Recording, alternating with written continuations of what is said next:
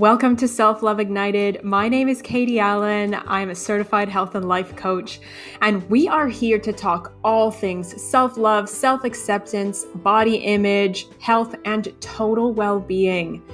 You are going to hear from me, plus you'll hear the stories of other women who have transformed this already. They have walked this path, and they have really learned how to love and embrace all parts of themselves. We are here to help you be inspired, motivated, and to help you really transform your relationship with yourself to be a loving and positive force each and every day. This is so important so that you can really reach your big dreams, feel at home in your skin, be healthy on your terms, and live a big life. What are you waiting for? Let's get to it.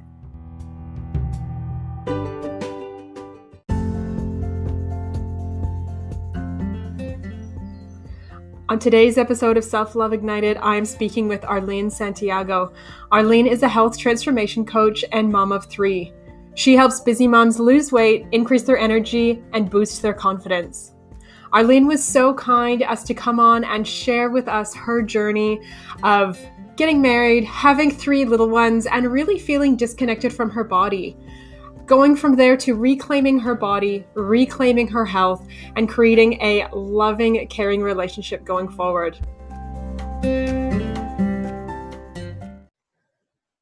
All right, Arlene, welcome to the podcast. I'm so happy to have you here. Thank you for having me. So here we are on Self-Love Ignited, and I would really just love to begin. Why don't you just introduce yourself? Just tell us a little bit about, who you are, where you're from, all that good stuff. Sure. My name is Arlene Santiago. I'm a mom of 3. I'm a health transformation coach, and I live on the southwest suburbs of Chicago, Illinois. And I help moms lose 10 to 20 pounds, increase their energy and confidence, and, have them after the fact, or after like 90 days, still continue to lose weight and maintain their weight. I also help older adults increase their mobility and help keep them independent for as long as they possibly can. And also I am a motor control restoration specialist. And by doing this type, and I guess I'll talk about that a little bit more, but I help many people live better lives by reducing their compensation and decreasing pain. I think that's so cool. Yes, we will definitely get into that. That's such a unique skill set that you have. Yeah, it's definitely different. Yeah. It's not a lot of people that have that. Not at all. So this podcast, we're all about like self-love, really like self-love, body positivity, and telling the stories of women like you who have come from a place of, not liking parts of themselves, not loving parts of themselves, to really embracing who they are as a person, embracing their bodies. So why don't we just sort of start at the beginning? I really want to invite you to share your story. So why don't you tell us really about like where your challenges began? Okay. Well, because I'm a health transformation coach, I'll talk about, body image a little bit. And it started for me, I would say I was in high school. I've always been a thin kid. I was a pencil, really. And I didn't start gaining the weight till after I've had children. However, okay, so I'm back in high school, and a person told me I was fat. And it was from then on that, even though I felt like I knew I wasn't, but I guess I was just like afraid how people were viewing me. Maybe they thought I was fat, and that brought me down. And that was in high school, but even I was always conscious from then on, even though it was just one person. There was all these positive things that happened around me, but I grabbed onto that negativity and went through, high school and college and, just worried about how I looked. And I feel like a lot of people feel that way. I mean, maybe not from my personal experience, but just going through, adolescence, being a teenager and going through life and through society where there's all this pressure to be thin, and it does a number on your on your mind, really. But as I asked after each child, it became harder and harder to lose the weight. So I gained weight, lose it, and gained weight, but it just became harder. But during that time of being a mother, it was a very difficult time for me, because I went from being single to married to having children, and your life as a mom, your life completely changes. It's like it's completely upside down, and there's all these expectations of what's supposed to be, and I mean, it's like, how do you live up to that, right? Yeah. So there was a time in my life that I was really just, I always feel like, I think I was like down, I always say down in the dumps. I really was. There was just too many things going on. But I had to eventually, like, I felt like enough was enough and I needed to do something. I didn't want to feel like this for the rest of my life. And I had to figure out what I needed to do. I knew I needed to lose the weight. I knew I needed to do that to make help myself feel better, because I just didn't like carrying it around. I just didn't like it. So used to my pre-mom body, and now I have a mom body. It's just, I was not happy. Yeah. So it takes a toll on, on yourself. It took a toll on me mentally. But I had to learn like 3 things, and I needed to do it consistently. Number 1, I needed not to compare myself to other people. Yeah. Okay. Because if I compared myself to other people, I would feel worse about myself. All right. So I would need to stay on my own path. This was my journey this is my journey, and it's my road, and I can take lefts and rights, or I can go straight. It's mine. Yeah. So when I would feel bad, because every time if you're trying to lose weight, it's not an easy thing. You're told to, you're supposed to eat a certain way, and it's like salad, and it's like, well, I want ice cream. Yeah. I want ice cream. So it's like a forward, it's just like you're going forward and you're going back and you're going forward. Well, I had to find a way of what I had to do, what would work best for me. I had to, like, what do I want? What is the vision of what I want? What is going to be comfortable for me? That Instagram body or that model body, I mean, though it like looks nice, do I really want to put all the work into that? Am I going to work out 2 to 3 hours a day, 6 days a week? No, that's just not happening. To be happy, like what's the expectation for me? What do I want? I wanted more energy. I wanted to feel more confident in my body. That's it. Yeah. And I wanted to be, want to be around for my children. Yeah. And see them grow up. And maybe I'll have grandchildren one day, and I want to be able to run around with them. Yeah. So it wasn't just like, oh, I want to fit into this size, whatever. Hey, let's look at the big picture. Yeah. I really love this. And I think this is such an important conversation, because there is this, I don't know if you've experienced this, but in the online space, I've seen a lot of like body positivity people who say like, you're not allowed to want to lose weight. I don't know if allowed to want to lose weight. Yeah. I don't know if you've seen that or not. But I have, as in like, you can't love your body and want to lose weight. Like you have to almost choose one or the other. And I think it's so important to see like, it can all be the same. Like everybody's journey, like you said, like it's not about comparing yourself to somebody else. It's like seeing that this is your body, this is your health, this is your journey, and you get to choose. Mm-hmm. And there's so much power in that. Like just really knowing that like, I don't want to do this anymore. I have the power to choose what I want going forward.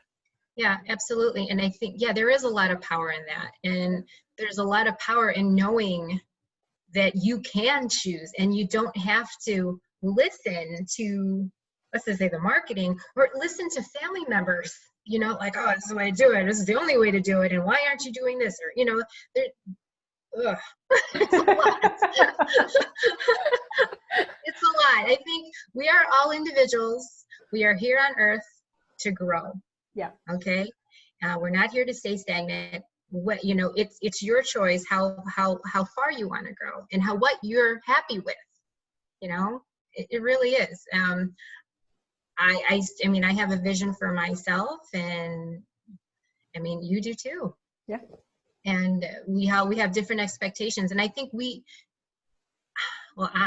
would say I put a lot of pressure on myself, and I already put enough pressure on myself. I don't want all the other pressure to bog me down, because that's what happens. Yeah. So what happens? So, you know, I'm Gen X. I'm Gen X, I believe. I'm not a millennial. But, you know,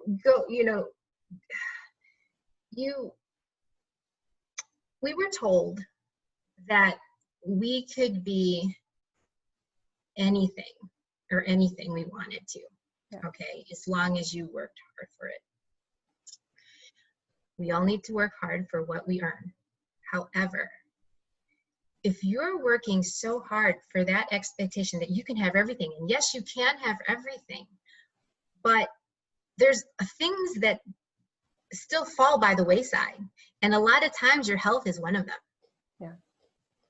You want to have a good career, you want to have a big house, you know, you want to go on vacations, you want to have money, fine, you know, but there's something still you can't have everything. I don't believe you can have everything. It's just, you kind of have to try to have everything, but you're not going to be satisfied necessarily everything. Yeah. Yeah. I always like to say you can have everything, but not at the same time. Mm-hmm. Right? Like, it's like there's seasons in life where, like, you go through at one point, like, especially, you know, I'm not a parent, but, you know, you said you have 3 young kids. When you have young kids, you're like in mom mode, right? Like, that's like your priority above everything else. And then as the kids grow up, that gets to transition, because now there's space and energy and time for you to do other things. And that's just natural. Like, we go through stages of life, but yeah, you can't have everything at once without. Not at once. It's hard. I mean, we could try to bite pieces off of everything, you know? Yeah. But I mean, it's very difficult. Totally. Yeah. Yeah. So you said when you were in that place, you know, you had like the 3 things that really came to you that you realized that you needed to do. So can you sort of tell me, like, what did that look like on like a daily basis? Like, was there practices that you used, like did you work with a professional? Did you do journaling or meditation or like something tangible that you did to not compare myself to others or confidence? Okay. Exactly. So, I mean, I just had to be in my own lane, and I had to have that visualization. This is my journey. This is what I'm going to do. I don't care what anyone says. And it's very difficult to do it. So I would have to reel myself in. All right. Because if I had either the limiting beliefs in my mind or other people saying things, I would still be in a hole and trying to dig myself out. What helped me was if I was having a bad day, or I felt like I couldn't do something, I would have to think back. Okay, what have I done well in the past? So I would think about those things that I've done well in the past, and it's like, well, then to ask myself, well, let's say I asked myself, well, I can't do that. I told myself that I can't do this. Well, I have to ask myself, like, well, is that true? Yeah. Is it really true? Because I've done it before. I'm getting discouraged now. So I just have to push forward. Yeah. No matter, you know, and to try to do your best to disregard what people are saying or what your head is saying. And because that your head, your mentality and what you're thinking it's like your own worst enemy in some instances. Oh, without a doubt. Yeah. And I think, we have so much, I love that. I use that exact same thing, actually, that like, is this true? And it's such a simple question, but such a profound question, because when you have all those stories in your head and you start, talking yourself out of things or talking yourself down or criticizing, it's like, is that really true? Or is that just like an old thing that's following me? Yeah. It's from the past. It's from the past that's following you. Yeah. And it stinks, but we just have to ask ourselves, is that really true? Because more likely than not, it's not true. And you can move forward and do whatever you set your mind to. Yeah. It just might take longer than some others, but it can happen. Yeah. Yeah. The power of decision, of like intention and decision, and really like being conscious of your thoughts, I think is really underrated. I feel like because it's not a thing, some people are like, but I don't get it. And that's why you don't hear that all the time. But like, it really does get to be simple. I mean, sometimes we overcomplicate this kind of stuff. Like, and I think, we do. We do. And we get in our own heads and we make it bigger than it really is. Yeah. Absolutely. 100%. 100%.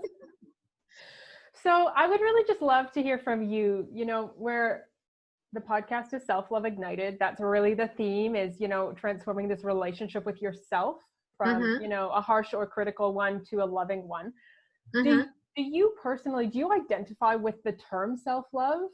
Or is it more like self-acceptance, or like what feels true to you?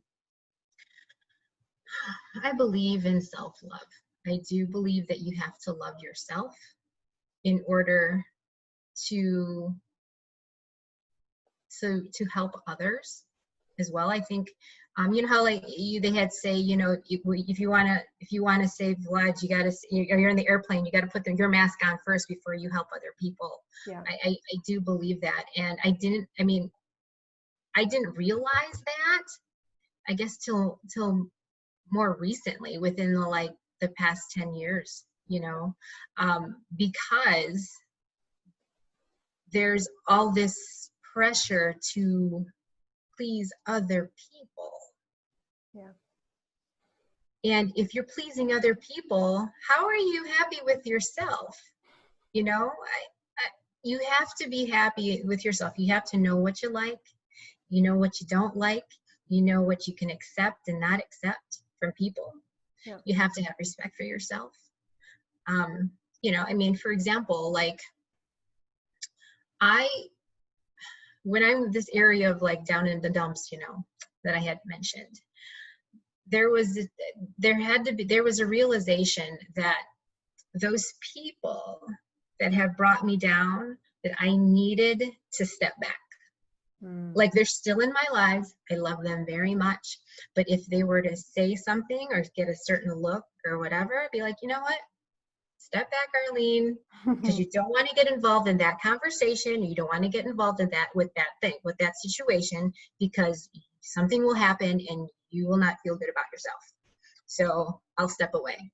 I step away now, and it's like, that's it. I'm done. I love it. I don't want it.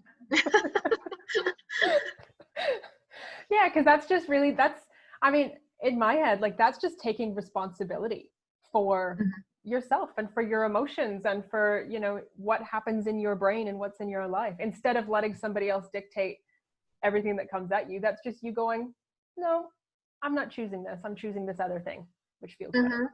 Yeah. And I think a lot of it comes with, just experience and getting older. And because I know a lot of older people, they're like, I'm not going to take anything from you. No, So, I think we wise up as we get older. Yeah. Yeah. And just come into our own. Yeah, definitely. That's 100%. That's a part of it. So I would love to know for you, you said like there was a time where you were really down in the dumps. You were really down on your body, like after you had your kids. And is it fair to say like you had a really poor body image at that time? Absolutely. Absolutely. Yeah. So when you were in that place, did your self-image, how you saw yourself as a person and how you saw your body, did they merge as one, or were they separate? Meaning my body is fat and there's something wrong with it and I need to fix it. Did that also mean there's something wrong with me as a woman that I need to change?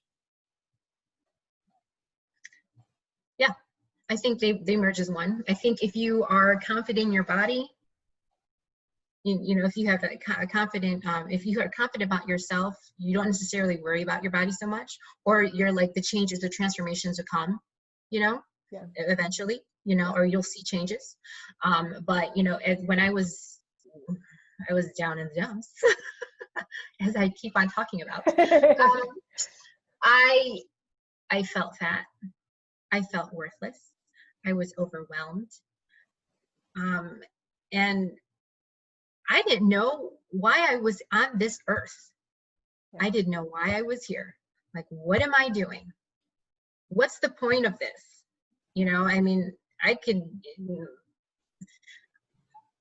it was just not a happy time. So everything, myself, my situation, felt horrible. Yeah. The more I worked on myself, things got better. Things aren't perfect. They're still not perfect, you know, and I don't think they ever will be. Yeah. But I'm content with where I am and where I'm going. I love that. As far as, you know, body image and things like that, I believe I have a pretty healthy one. Mm-hmm. I am not, you know, I don't have a model body or anything like that, but it's good enough for me. I want energy. I wanted energy. I wanted confidence. I want to be comfortable in my body. I can do whatever I want to do. I still challenge myself. Yeah. I'm happy with that. That's beautiful. That's beautiful. Yeah. I always love to say, like, it's not about your body. It's about like how you feel about your body, and it's about like what your body lets you do. But like for some people that might be getting back to that like size 0. For others, it might have nothing to do with their size, and it might have something to do with something else, you know? Like, no, everybody's different. Yeah. And there's you know, when I have with my clients, I always ask them, what do you want? Right? And then they will tell me like, oh, I want to lose 20 pounds or whatever they do. Well, why do you want to do it? Well, because I want to be healthy. Well, why do you want to be healthy? Yeah. And then they'll answer. And sometimes it takes a little bit more digging, you know, and then like when they exhausted all the layers of just all the layers, then they get to the root of the gold of like, this is why. Yeah. So like for me, the reason why I do this for, you know, I live a healthier lifestyle is because I want to be independent for as long as I can. I want to be around my family for as long as I can. I want to be a role model for my children so they can grow up and be healthy. Yeah. Knowing that they saw their mom do it. Yeah. You know, even though like, I mean, they're kids, they still like their junk. And I mean, I don't blame them. Junk's great. You know, it's great. Yeah. But they still see their mom like, okay, well, this is what I'm going to have. And I am going to exercise, you know, 5 days a week. You know, I mean, that's, if they see that eventually, you're hoping it'll click. Yeah. Well, yeah, because then that gets to be normal. You know, and instead of having parents who are struggling with their health, or who have these chronic conditions that are caused by, you know, inflammation or whatever it happens to be, it gets to be normal for them to like eat a healthy meal and then, you know, go for a walk after dinner or whatever your thing is. Like that gets to be normal. So then they just don't think about it. Yeah. And the reason I didn't mention before, one of the reasons why I do this is because, you know, I have family members in and out of the hospital all the time with like, they have the medication. It's like a medication cocktail. Yeah. You know, and the thing is, like with those medications, after they have one and they have two and they three, there's all side effects. There's all these side effects that come along with it. And it's sad to see. Yeah. It's sad to see And I just didn't want, I just didn't want, I don't envision that for myself. I know I'm going to get sick one day, but as long as I feel like I did what I could, I'm happy with that. Yeah. Yeah. Beautiful. Yeah. If ever there was, a kick in the butt, it's having to see somebody else suffer and just say, I know that I can prevent that. I don't want to go through what they're going through. Yeah. Yeah. I know. And sometimes it really is that simple too, isn't it? It's just like, I see what the alternative is and I don't like that. So yeah. I'm choosing a different path. That's true. That's true. But people learn differently. I learn by seeing, not necessarily by people saying. Yeah. So I have to see it. Yeah. Like, okay, that's exactly what not to do for me. Yeah. For me. Yeah. Yeah. Yeah. For me in this life, in this body, that's what we're not doing. Yeah. Yeah. So how did your, this personal journey then of sort of transforming how you see your body, how you think about yourself, and your relationship with yourself, how did this lead you to this journey of entrepreneurship? Well, I was asked to teach a class for older adults, and I did not have a background in that at all. My husband had asked me, he's a physical therapist, and he asked me to teach this class with him. And I was really, really hesitant.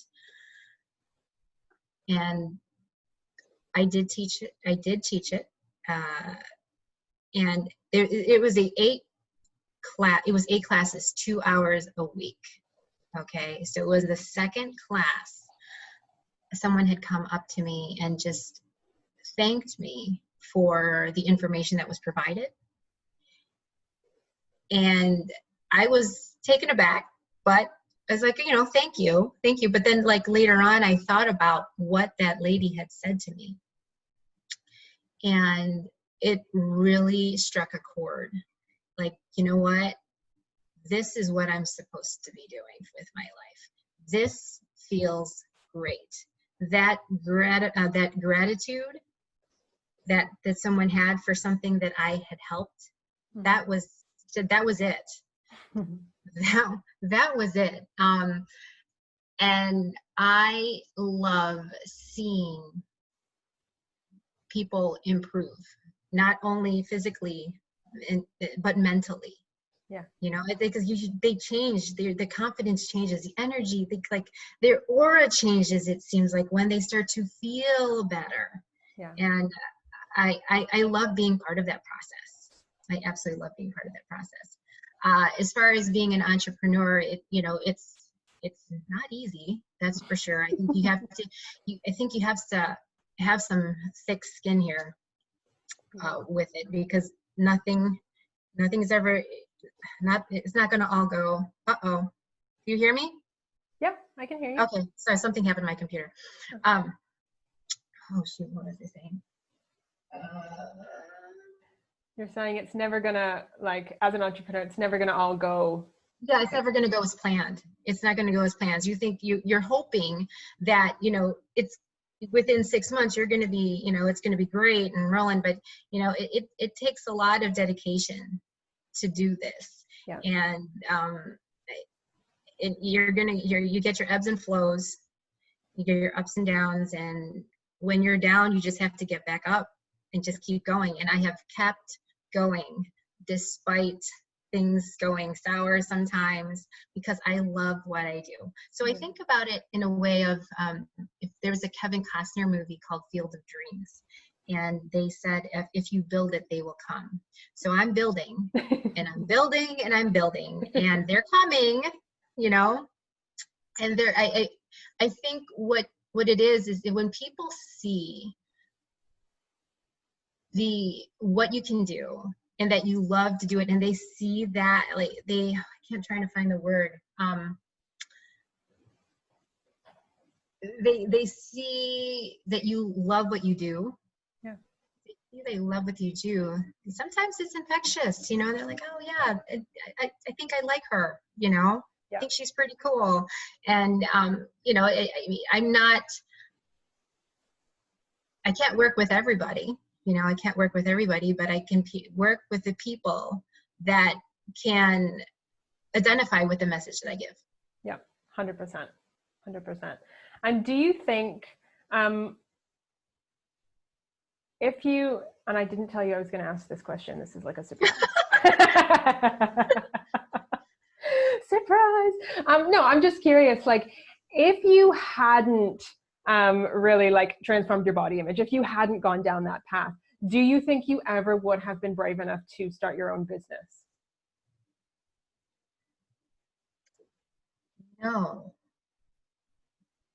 No, I don't think so, because there's nothing there. This is what I connect to. I connect to change, to changing the body for, you know, fitness and health.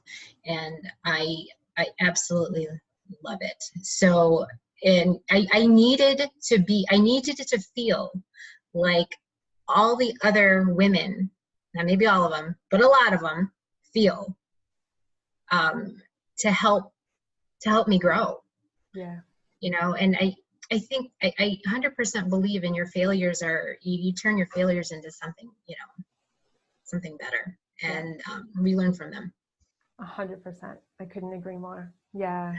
Yeah. And I think that we all, especially in this industry, you know, like the coaching industry, the helping industry, whatever you want to call it, most of us really help people with things that we've struggled with personally, because it's like, I've overcome this. Let me help you so that you don't have to make all the mistakes that I did. You know, Right. like let's simplify it. Let's get you there, because I know how good it is, and you deserve to have it too. Yeah. Yeah. I would really love for you to, because you and I talked about this before we got on this call, about the physical therapy that you do with people. Is it the square one method? It's not physical therapy. It's not. Okay. But it is called, it's called Square One. And it seeks to improve communication between the brain and the body. So what happens is this system, it helps identify underlying causes of improper movement. So body compensations by focusing on the nervous system and identifying any blocked sensory motor signals. That's like a whole lot.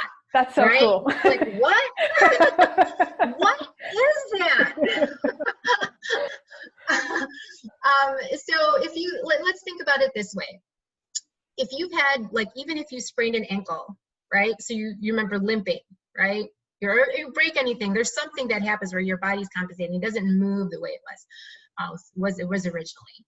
And then it heals, right? Your sprain heals, your broken bone heals. Yeah. But even though it goes, you feel like it's going, it's fixed. It is, but there's still trauma that happened to your body, and that may have stayed, even though you don't necessarily see a limp or anything. There's something in your body. It's a motor control issue that it just stays, because your body, your brain, your central nervous system, it controls your movement of your body, right? And sometimes, you know, it's like habits. Like, think habits. Like, you have a habit of brushing your teeth, or you have a bad habit of, you know, maybe some people have a cigarette, you know, after eating or something like that. It's just what happens. You're just what you do. Yeah. You know, and that's typically what happens. So it's when I work with people, it's like taking the expressway not to heal something, but to make things better, instead of taking the back roads. So let me just tell you a couple stories. I know this just may seem very weird, you know, to you or to people who are listening. For example, there has been a lady came in to see me because she was having a hard time getting out of her chair and going up the stairs. So I worked on her, and I asked her to move her arm over her head. And she's like, "Oh, I haven't been able to do that in a long time." And I'm like, "Oh, well, you didn't tell me that you had this problem." She's like, "Well, I forgot about it." right? So we forget about things that you should not forget about. It's a movement thing. Yeah. She got used to it. Well, I asked her how long it's been since she had been able to lift her arms over her head, and it was 26 years. Wow. 26 years she has been able to lift her arms over her head. So she had to cut her hair, just so she can touch her, so she could do her hair, because she couldn't lift her shoulders up, and then she was able to get out of her chair a lot easier, and what else I say? Going up the stairs a lot easier as well. All right. So that's one aspect. There's one story. Yeah. There's another one that I like to tell of my son, and he runs cross country, and in his cross country races, he would run 2 miles. After the season was over, he asked me. He didn't ask me. He asked me. He wanted to participate in a 5K race. So I said, okay, well, before you run, let me just try some square one on you for a few minutes. So I did about 10 minutes of work on him. And he ran 30 seconds faster each mile. Whoa. So 100, a minute 30 off his time. That's crazy. That's crazy. That is absolutely nuts. I was like jumping for joy. I was so ecstatic. I got on Facebook Live. I'm like, check this out. So happy. I mean, he was happy. The things just happened over and over again. You don't necessarily have to have like, I've worked with people that, had like shoulder pain or, joint pain and stuff like that. And one of the outcomes was, less pain. So when I'm working with somebody, I'm helping reduce the compensation. The outcome of reducing the compensation is more mobility, increased endurance, less pain. And it's really amazing. There is another gentleman that for as long as I've known him, I think about 4 years, he's always leaned forward. He's had back surgery. He's always leaned forward. And I approached him about this. So I was working on him, and within 20 minutes, he was standing up straight. Wow. And it's not like, I have before pictures, and I'm like, are you standing up straight? And he's like, yeah, I'm doing my military stance. And he was lean forward, and then the after picture 20 minutes later, he's standing up straight. And, people are like always asking me, like, well, he's standing up straight now. Is he standing up straight, like months from now? Yeah, he is. He's still standing up straight. Yeah. I followed up with a client recently, and I talked to her earlier this week, and I haven't seen her since October or November. Mm-hmm. She's still fine, still doing okay. That's awesome. So it's not just a short-term thing; it's an actual short-term thing. I mean, it could be a short-term thing if there's a structural issue. There's something else wrong. But if it's a motor control issue, as long as you don't go through any type of trauma, it stays. That's awesome. That's awesome. Yeah. That's such a really beautiful way of working with the body, and it's non-invasive, correct? No, it's not invasive. I'm not hurting anybody. I'm not cracking anybody. No. Yeah. And I think that's so nice too, because sometimes, if we're not feeling really great in our bodies, we want to, and like, if it is like, a medical thing or a structural thing or what have you, I think sometimes we don't necessarily know where to go, like to get help in a way that's not like, going to the chiropractor and getting cracked, which is sometimes a bit scary from my own experience. It's like, that sounds not supposed to come out of my spine. I don't think that's a good thing. People love their chiropractors. They're like devoted. Some people love it. I don't know. It always just freaked me out. But I think anytime we can work with the body, though, in a really kind way, that's gentle, but that also really helps us feel better, work better long term. Like, I think that's an awesome thing. That's awesome. Yeah. There's more info about that on your website, right? Yes, there is. Absolutely. Okay, good. Yeah. I'm going to make sure to have the link to that because I'm so curious and I'm sure listeners are too. Yeah, so you could go on the website and there's like a motor control area and then you'll see the videos and some of the videos and stuff. So yeah, it's there. It's there, ready to go, ready to be seen. Awesome.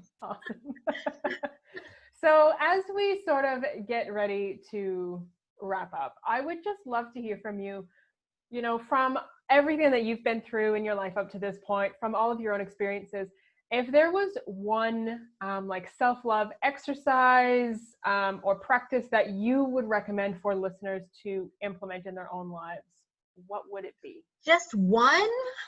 I know, right? Oh my gosh, I'm sorry. Just one. Oh my gosh. No, I think, gosh, I can't say one. But I think one of them would be to have some self-compassion for yourself. Yeah. And what you're going through, and don't be too hard on yourself.